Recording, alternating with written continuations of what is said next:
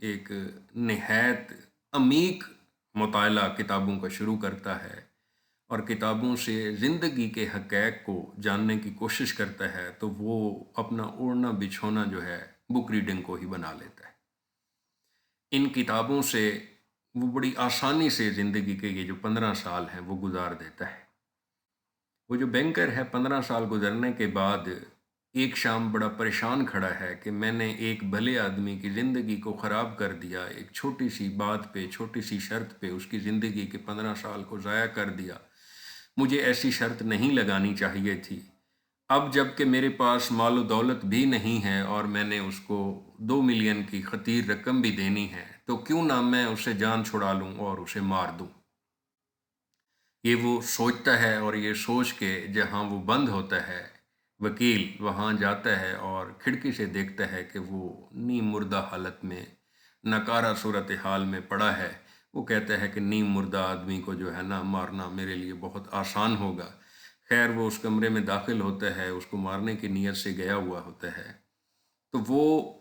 اس کے جو وکیل ہے اس سے تھوڑے سے دور جو ہے نا ایک اس کی نگاہ لیٹر پہ پڑتی ہے، خط پڑا ہوتا ہے۔ وہ کہتا ہے کہ چلو میں بعد میں اس کو ماروں گا لیکن پہلے میں یہ خط پڑھ لوں۔ تو وہ جب دیکھتا ہے تو وہ بڑا حیران ہو جاتا ہے کہ اس پہ لکھا ہوتا ہے، وکیل نے تحریر کیا ہوتا ہے کہ جی یہ جو بینکر نے اس کے ساتھ ایک شرط لگائی تھی تو اس شرط نے اس کی تو زندگی بدل دی ہے۔ یہ شرط بظاہر یہی لگ رہا تھا کہ یہ اس کی ناکامی ہے لیکن اس شرط سے تو اس نے کامیابی پا لی ہے۔ وہ کامیابی کیا ہے کہ وہ اس قید میں کتابوں کو پڑھتا رہا اور ان کتابوں سے اس نے دنیا کی سیر کر لی۔ اس نے سورج کا طلوع ہونا، سورج کا غروب ہونا، پہاڑوں کا جو خوبصورتی ہے، برف باری کے جو مناظر ہیں، مختلف مقامات کی جو سیر ہے، وہ سارے کتابوں سے، تاریخ کا جو مطالعہ ہے، ہر چیز کا، سائنس، لٹریچر، ہر چیز کا وہ مطالعہ کرتا ہے کیونکہ زندگی کے 15 سال اس نے کتاب دوستی میں گزارے ہوتے ہیں اور اس کتاب دوستی سے اس نے ہر طرح کی جو ہے نا چیزیں سیکھی ہوتی ہیں۔ تو وہ یہ سمجھتا ہے کہ جی میں تو ایک بینکر کی شرط کی وجہ سے زندگی کی اصل چیزوں کو پا گیا اور بہت بڑی کامیابی کی طرف چل نکلا اور بینکر ہمیشہ کے لیے ناکام ہو گیا۔ تو کیوں نہ میں اس کا جو یہ انعامی رقم ہے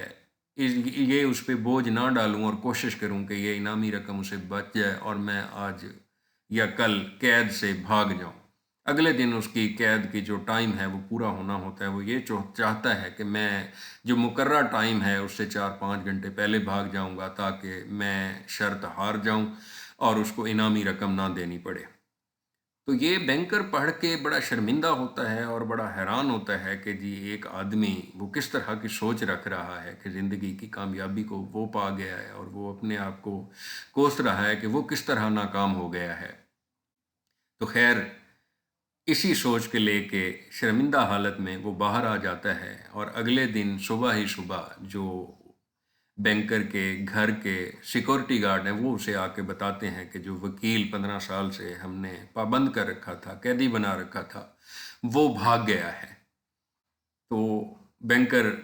سر ہلاتا ہے اور کہتا ہے کہ جی مجھے اندازہ ہے۔ ایکچولی یہ جو ایک شارٹ سٹوری ہے، یہ جو افسانہ ہے، اس میں 2-3 پوائنٹ جو ڈسکس کرنے والے ہیں وہ یہ ہے کہ جی انسان تنہائی میں اگر ایک مثبت روش پہ چل نکلے، وہ مثبت روش کیا ہے؟ وہ کتاب دوستی ہے۔ کہ اگر وہ کتاب دوستی کر لیتا ہے تو یہ اتنی بڑی نعمت ہے کہ دنیا کی تمام نعمتیں اس کے سامنے پھیکی پڑ جاتی ہیں، جیسے کہ وکیل نے ثابت کیا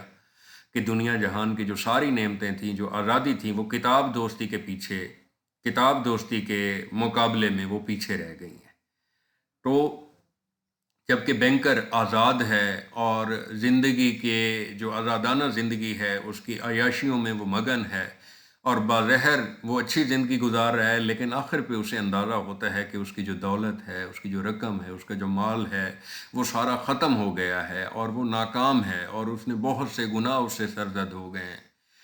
تو وہ تو بہت ناکام ٹھہرا اور جو سمجھتا تھا کہ ایک قیدی جو کہ زندگی کی سب سے بڑی سزا کاٹ رہا ہے وہ کامیابی پا گیا۔